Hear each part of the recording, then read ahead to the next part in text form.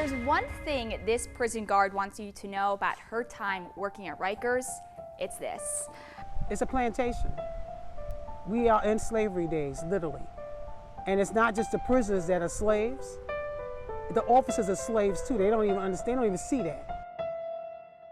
For 20 years, Robin Miller worked inside New York City's jails, a world she describes as seedy, rampant with drug abuse, violence, and sexual assault.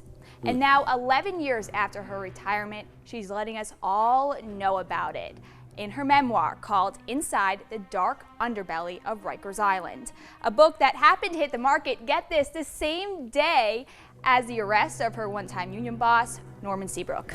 Talk about timing, right? This is not a pro-inmate book. It's an anti-abuse.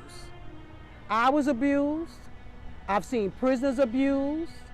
My sister was abused.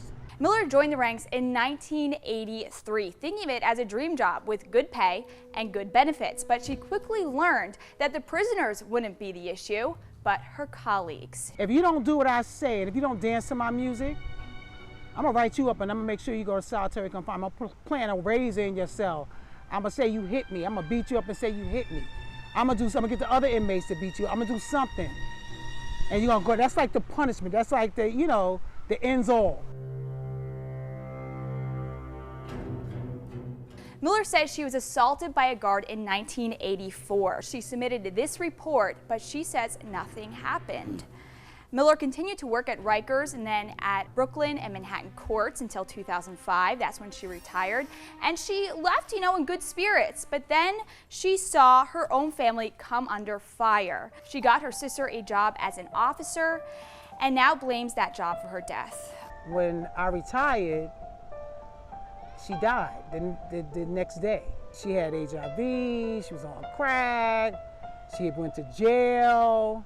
She was just, it's like her life was living hell since becoming a correctional officer.